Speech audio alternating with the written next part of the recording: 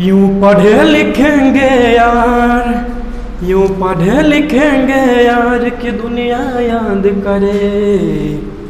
यूं पढ़े लिखेंगे यार कि दुनिया याद करे। हेलो दोस्तों, मैं कुणाल बाबू सिंह और काफ़ी दिनों के बाद एक इम्पोर्टेंट टॉपिक लेकर आ गया हूँ। तो जो आज का टॉपिक है हमारा त्रिभुज, यानी कि त्रिभुज कितने प्रकार का होता है। तो आज हम त्रिभुज के बारे में जानेंगे।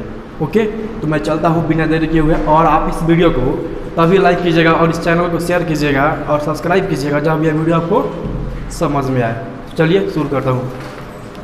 त्रिभुज का पहले प्रकार, सबसे पहले तो आते हैं परिभाषा पर। त्रिभुज की परिभाषा क्या होगा?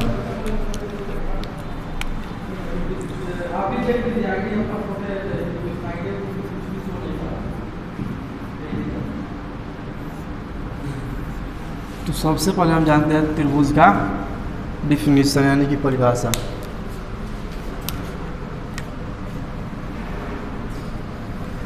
त्रिभुज का परिभाषा किसी समतल में तीन रेखाखंडों से घिरे हुए क्षेत्र को, मान लो यह समतल है पूरा बोर्ड, तो तीन गो रेखाखंड है, एक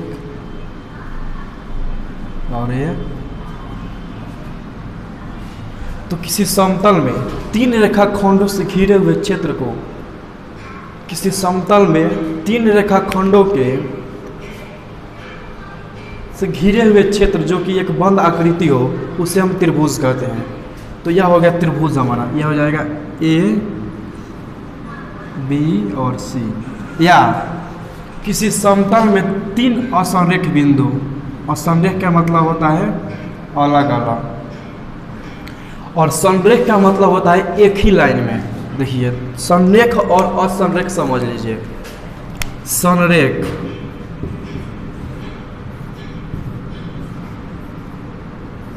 और असंरेख।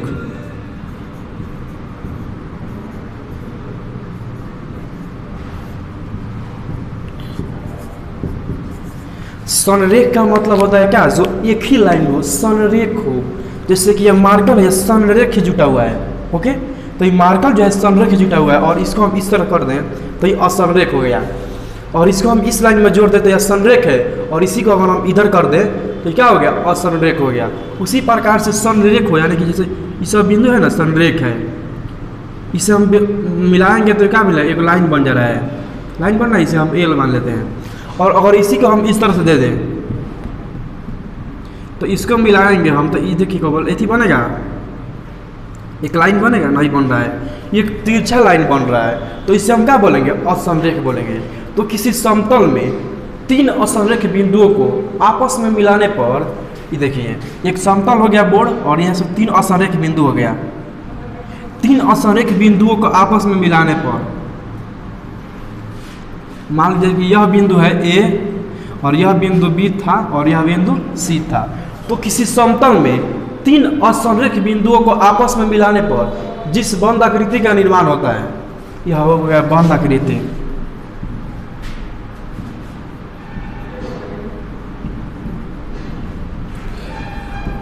और ये हो गया संरेख बिंदु, असंरेख बिंदु।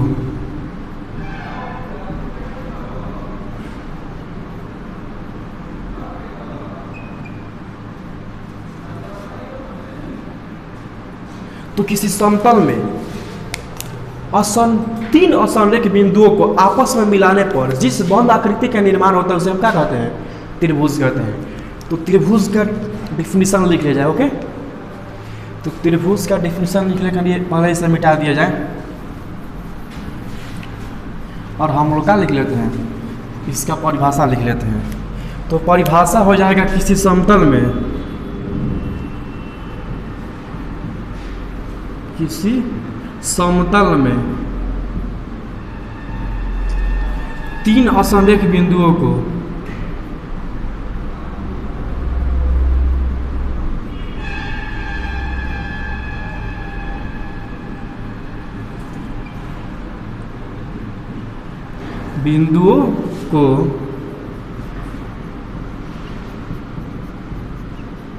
आपस में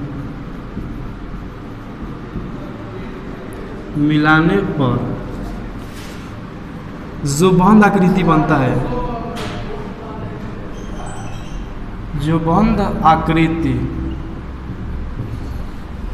बनता है